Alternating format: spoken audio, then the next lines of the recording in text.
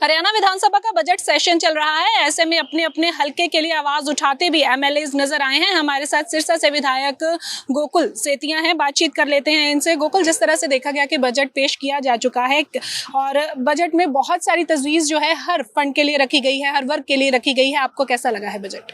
ठीक है, अपनी तरफ से जो प्रयास हैं वो किए हैं।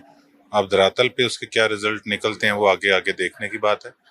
मेरा जो मेन मुद्दा था, जो मेन फोकस था, वो मेरे सिरसा हलके की जो डिमांड्स हैं उन पे था। बेशक उसके अंदर सबसे महत्वपूर्ण जो मुद्दा था दिंगतानिया और भंबूर खरीफ चैनल का, तो वो मुद्दा मैंने उठाने का काम किया।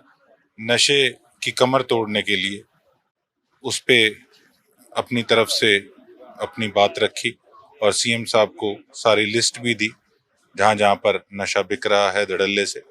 उसके बाद आपने उसके रिजल्ट भी देखे और मैं हमारे सिरसा के एसपी साहब को भी बधाई दूंगा और उनकी सारी टीम को कि उन्होंने भी बहुत अच्छा अपनी तरफ से प्रयास किया, जिसमें कि एक हफ्ते के अंदर अंदर हीरोइन और कुछ शराब 2 नंबर की तकरीबन 30 करोड़, जिसका बताया जा रहा है कि 30 करोड़ के करीब ये थी सारे नशे की पदार्थ जो थी। और उसके साथ साथ जो बेसहारा पशु हैं उसकी बात उठाने का काम किया कि 2 हमें शेड बड़े बना के दिए जाएं हमारी केलनी और रामनगरिया की गौशाला के अंदर। और उसके साथ साथ एक ग्रीन बेल्ट है हमारी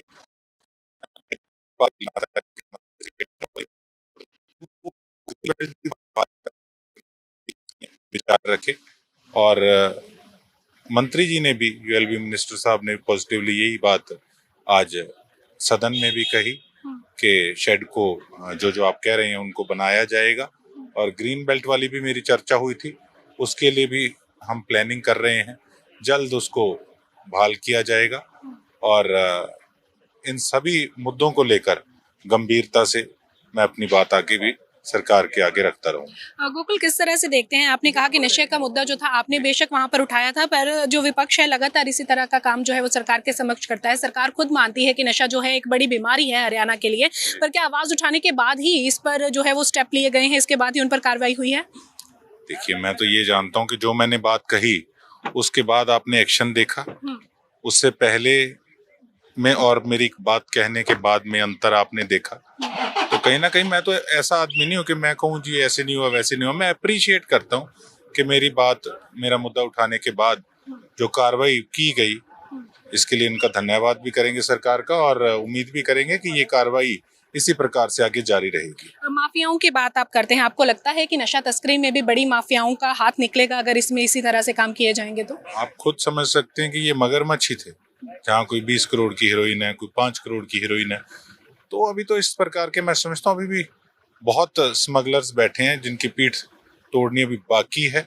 इस पे हम पूरी गंभीरता से अपने प्रयास करेंगे। बड़े ये मसले जो हैं बहुत लोगों से जुड़े हुए जरूर हैं, चाहे वो नशे का है या फिर आपने आवारा पशुओं का उठाया। इसके अलावा कोई बड़ी चीज जो है वो सौगात अपने जिले के लिए लेकर जा रहे हैं?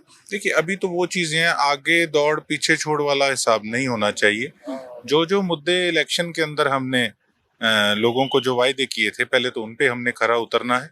जो रोज की सुख सुविधाएं हैं, जैसे साफ पानी, सीवरेज सिस्टम को बहाल करना और मेडिकल फैसिलिटीज, आपने देखा कि इतनी बड़ी सौगात मेडिकल हॉस्पिटल की हमें मिली, तो उस करके भी मतलब बहुत बड़ा मतलब गिफ्ट सरकार की तरफ से, सीएम साहब की तरफ से हमें मिला है।